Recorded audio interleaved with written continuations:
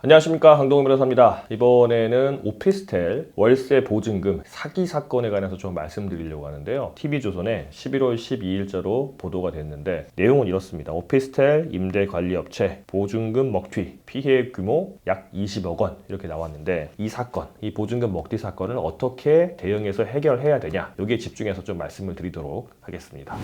자, 제가 말씀드린 이 보증금 먹튀 사건에서 문제가 된 임대관리업체의 명칭은 IFICOM이라는 업체입니다. 이 IFICOM이라는 업체가 어떤 식으로 이제 문제를 일으켰냐면, 이 IFICOM이 임대인, 오피스텔 소유주인 임대인과 임대관리업 계약을 맺습니다. 거기서 보증금 500만 원, 월세 60만 원을 해가지고 계약을 맺은 거죠. 그리고 이 오피스텔이 공실이 되든 아니면 어떤 사고가 발생하든 모든 관리 책임은 IFICOM이 다 지고 월세 60만 원을 꼬박꼬박 넣어주겠다고 임대 관리 계약을 맺은 겁니다. 그러니까 오피스텔 소유자 입장에서는 이거 임대인 관리하는 거 아주 복잡하고 명도 같은 것도 복잡하고 한데 그거 다 나 까먹고 잊어버릴 거고 월세 60만 원이 꼬박꼬박 들어온다니까 좋다라고 임대 관리를 맡긴 겁니다. 그리고 이 임대인은 임차인을 자기가 자기 책임으로 이제 들여가지고 보증금도 받고 월세도 받아야 될 거 아닙니까? 그런데 이 내용을 보면 보증금이 3,700만 원이었습니다. 그리고 월세는 40만 원이었습니다. 사실 이거 보시면 아시겠지만 지속될 수 없는 구조죠. 왜냐하면 월세를 40만 원 받아가지고 임대인에게 60만 원 주면 IFICOM은 중간에서 계속 20만 원씩 손해를 볼 거 아닙니까 이제. 그런데 이거는 사실은 또 될 수도 있는 사안이기도 해요. 왜냐하면 일반적으로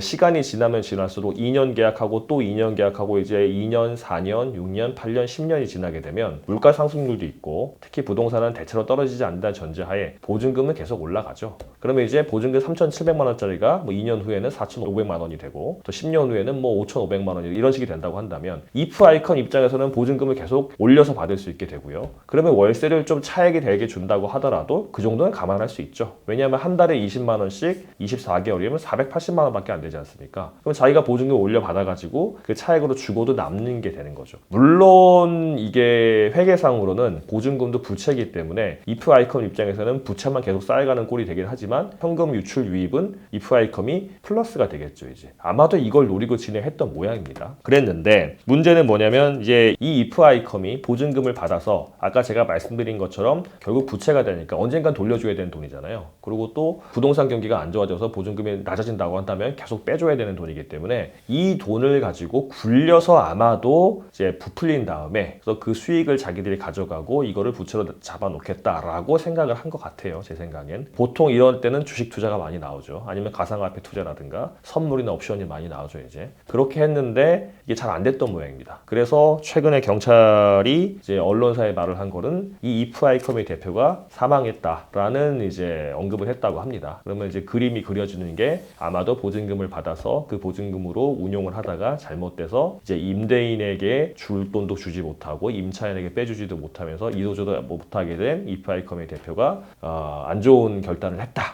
이런 그림이 그려지는 것 같습니다. 그래서 피해자는 수백 명에 피해액이 수백억에 이른다고 합니다. 일단 밝혀진 것만 피해자 60여 명에 피해액 20억이고, 이 IFICOM이 한두 개 계약한 게 아니라서 수백 명, 수백억에 달할 거라고 하는데, 제가 여러 가지 경로를 통해서 이 임대인, 소유자와 IFICOM 사이의 건물관리 위임 계약서, 그 다음에 임대료 보장 계약서도 제가 봤습니다. 구체적으로 여기서 말씀 못 드리지만 아까 제가 말씀드린 그런 내용을 중심으로 돼 있는 거고요. 그리고 IFICOM과 임차인 간의 임대차 계약서도 좀 봤습니다. 보니까 지금 방금 말씀드린 그런 정황이 의심이 됩니다. 얼마 전에 저희 법인이 진행했던 머지포인트 사건도 있지 않습니까? 그거는 무제한 20% 할인해 주겠다라고 했었는데 그것도 폰지 사기 정황이 된다라고 해서 저희가 형사고소도 하고 이제 손해배상 청구도 진행하고 있는데, 이 건도 유사하게 되지 않을까 싶습니다. 다만 폰지 사기가 될지 안 될지는 좀 더 사건을 저희가 수임을 해가지고 보고 고소도 해가지고 수사 상황도 보고 해야 될 것 같습니다. 왜냐하면 폰지 사기라고 하는 거는 이제 여러 사람한테 돈을 모은 다음에 먼저 받은 사람 돈을 갖다가 나중에 빼주고, 또 나중에 받은 사람 돈으로 또 그 다음 사람 빼주고, 이런 식으로 아랫돌 빼서 윗돌 개고 이런 식이라는 게 폰지 사기가 되는 건데, 이것도 비슷하긴 하지만 사실 좀 애매한 부분이긴 해요. 사실은 보증금이 계속 올라간다는 전제고 그 보증금을 가지고 자기들이 운용을 해서 정상적인 수익을 낸다고 한다면 이게 사기가 안 될 수도 있는 거거든요. 그래서 이건 좀 봐야 될 것 같고요. 문제는 그겁니다. 이제 IFICOM이 임대인한테조차 월세를 제대로 주지 않았다고 합니다. 주다 안 주다 하고 아예 안 준 경우도 있고요. 그리고 임차인 임차인은 이제 나 임차 기간 끝났으니까 나갈 테니까 보증금 돌려주세요 하니까 이 회사가 이제 연락이 안 되면서 보증금도 못 주게 된 거고. 그래서 피해자가 임차인만 있는 게 아니라 임대인까지도 있는 상황이 된 겁니다. 다만 이거를 어떻게 이제 구제를 해야 되냐 보면 사실은 임대인 구제가 쉽진 않을 거예요.